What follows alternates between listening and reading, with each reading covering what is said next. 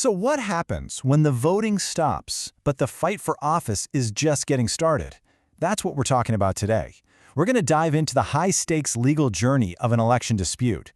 And to really get a handle on it, we'll be using Uganda's specific rules as our guide, which, you'll see, sheds light on a process that's crucial for democracies all over the world.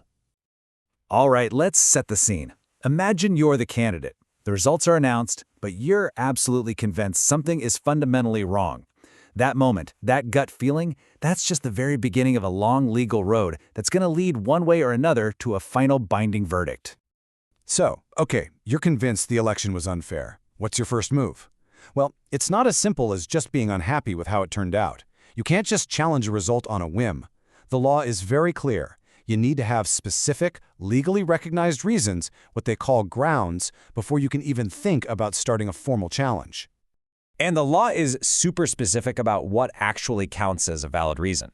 Your entire case has to hang on one of these big issues. For example, you have to prove there was widespread non-compliance with election law. Or maybe that the person declared the winner wasn't even qualified to run in the first place. Or you could argue that a serious offense like bribery totally skewed the outcome. Or sometimes it's as simple as proving they just declared the wrong winner. Okay, but before you lawyer up and prepare for a massive courtroom drama, there's often a crucial first step you can take. If you suspect the problem isn't some grand conspiracy, but something more basic, like the vote count itself is just wrong, the most direct path is to demand a recount. And here's where it gets interesting. Not all recounts are the same. The law actually lays out two completely different paths. First, you've got the mandatory recount. This one is triggered automatically by the system itself, no questions asked, when a race is just razor thin. Then there's the discretionary recount. For this one, you, the candidate, have to take action. You have to go to court and actively persuade a judge that the first count was so flawed it needs a do-over. And just to show you how precise these rules can be, get this. In a parliamentary election, if the difference between the top two candidates is less than 50, that's 50 votes, a recount isn't just a good idea, it's legally required. It's basically a built-in safety net to catch any potential errors when things get that close. Right, but what if a recount isn't going to cut it? What if your issues are way bigger than just the vote count? We're talking about things like bribery or maybe voter intimidation. Well, that's when you have to escalate to the main event, filing a formal election petition in court. This is where the gloves really come off. And especially for a presidential challenge, the timeline is just incredibly tight. The clock starts ticking the second the results are announced. An aggrieved candidate has a mere 15 days to get their petition filed. And once that's in, the Supreme Court is on the clock. They have to hear the entire case and deliver a final no appeals allowed judgment within just 45 days. It's an absolute pressure cooker. Okay, so filing the petition is one thing, but that's just the start. Winning it, that's a whole other ballgame, because now comes the really hard part. You have to prove your claims with cold, hard evidence. The court isn't just going to take your word for it. Not a chance. And this gets to a really fundamental principle in election law. The system's starting point, its default setting, is to assume the official result is valid until proven otherwise.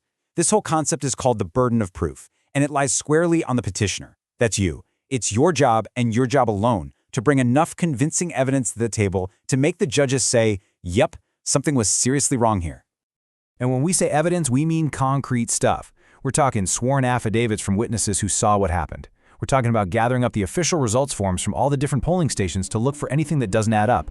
It could be testimony from polling agents, or even something as specific as school records if you're challenging a candidate's qualifications. Every single claim you make has to be backed up by solid proof.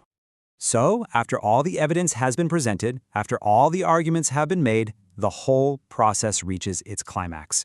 This is the moment of truth. The court hands down its verdict, a decision that has the power to either uphold the election or completely rewrite its outcome. And when it comes down to it, the court basically has three main paths it can take. One, it can dismiss the petition. This means your evidence wasn't strong enough and the original result stands.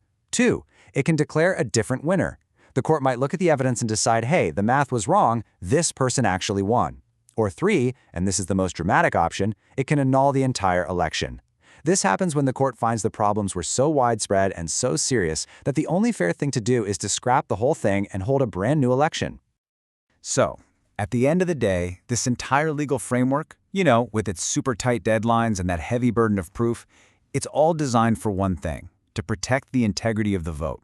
But whether it actually works, well, that all hinges on the quality of the evidence presented, the independence of the judges making the call, and whether people actually trust the system to get it right. And that leaves us with a final, crucial question that every single democracy has to grapple with.